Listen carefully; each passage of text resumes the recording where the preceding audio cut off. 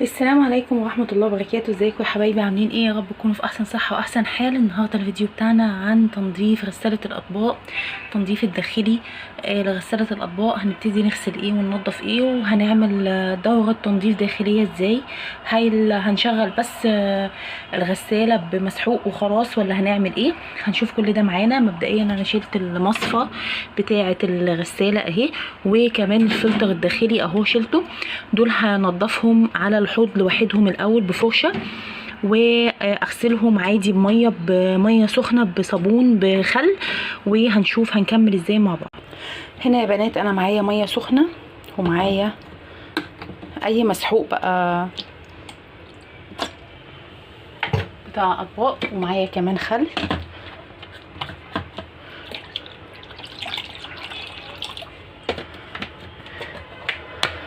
وهنا الطبق اهو. لو انتوا مش عايزين تغسلوا في الحوض يعني هعمل ايه، بس هقلب كده مع بعض. بصوا بقى كمية الدهون وكمية، شايفين الدهون؟ هوريها لكم لما اشيل دي. برضو دي بتتخطوا كده من الجنبين اهو وبيطلع. بصوا انا سايباها فترة طويلة علشان اوريكم هنعمل فيها ايه. بصوا مبدئيا لازم ابلها كده حلو، وهبدا ادخل بالفرشه دي من جوه ومن بره. من جوه كده اعمل كده من جوه ومن بره. بصوا يا بنات اهي،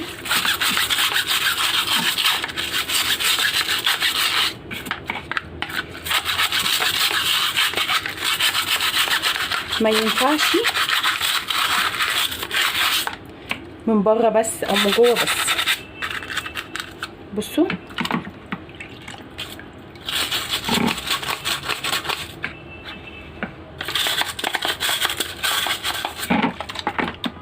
معلش بقى.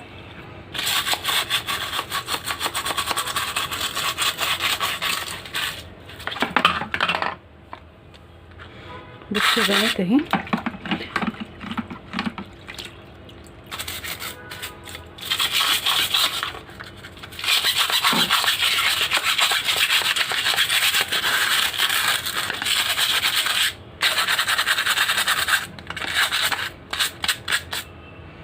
تمام.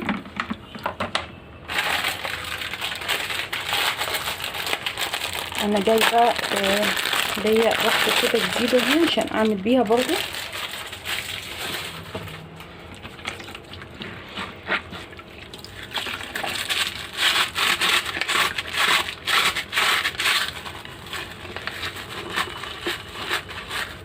بصوا من كل اتجاه، مفيش حاجه اسمها تسيبيها.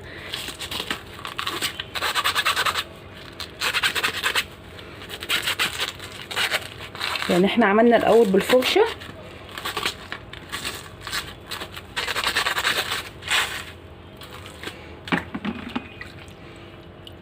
تمام اهي، ولسه لما تتغسل. هنا يا بنات برضو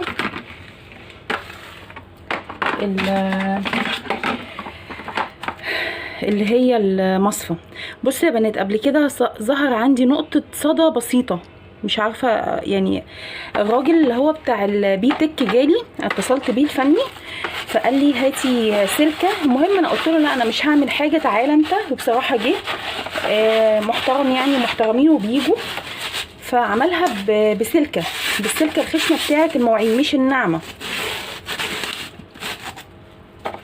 تمام. السلكة الخشنة بتاعة المواعين مش الناعمة. بصوا يا بنات اهي. فانتوا المفروض بقى من نفسكم كده كل مرة السلكة الخشنة اللي هي دي، بصوا تعملوا كده.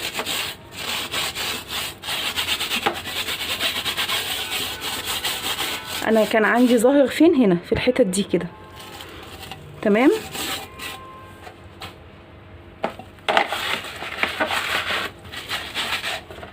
دي كده اهي خلاص خلصت، ودي كمان وهنشطفها. فاضل دي بتنقعوها بس شويه كده عشان لو اي حاجه لازقه في الميه السخنه تنزل.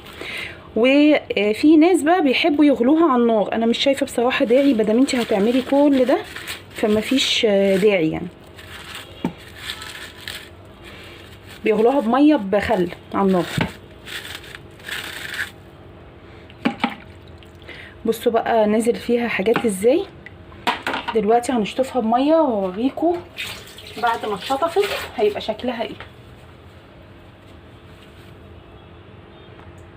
اهو يا بنات بصوا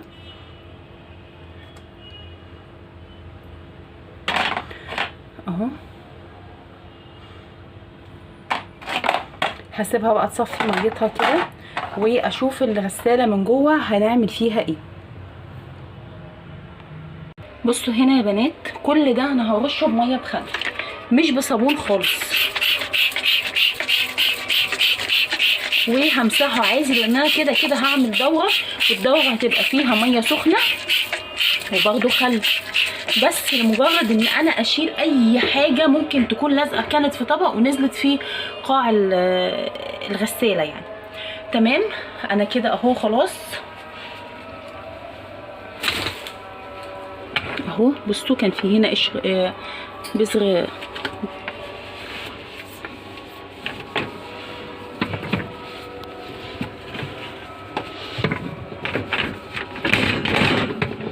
بصوا الجوانب دي اللي في الجنب اللي هي دي ودي ودي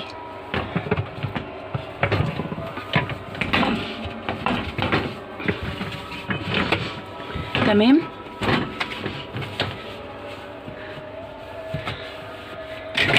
وهبتدي بعد كده كمان شايفين الجوانب دي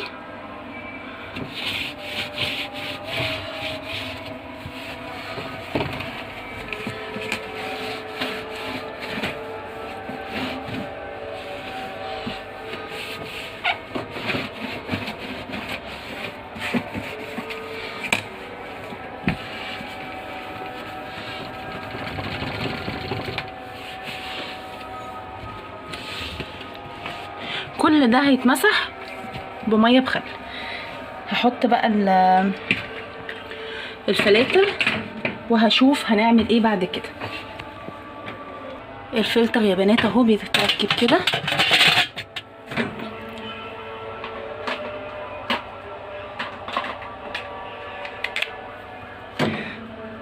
وده بصوا انا قلت لكم ده بيدخل هنا اهو، بس هتضغطي كده وهتدخلي وتلفي وهندخل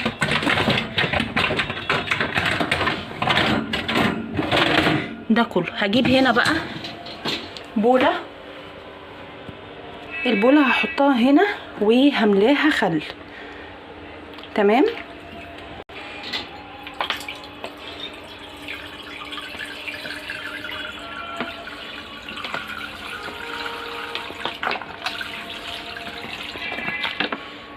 اهي.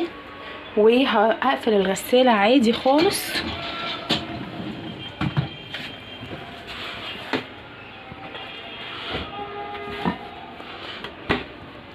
وهشغلها على البرنامج رقم 4.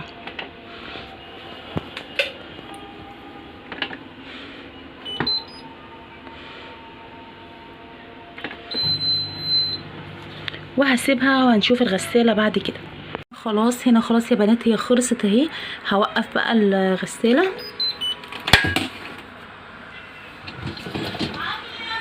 بصوا يا بنات معلش، بصوا دي اتملت ميه، دي الميه اللي بتطلع، هي بتطلع وتنزل كذا مره، دي ميه بس ما فيهاش خل يعني اهي كده بقت زي الفل واتغسلت من جوه ومن بره. لو في دهون، في رواسب دهون، في اي حاجه هتبقى تمام زي الفل. لو الفيديو عجبكم يا بنات يا رب تكونوا استفدتوا منه. ما تنسونيش بالدعاء بالستر والصحه، وما تنسوش كمان انكم تشتركوا في القناه وتفعلوا الجرس وتعملوا لايك للفيديو. استودعكم الله الذي لا تضيع ودائعه. في امان الله، مع السلامه.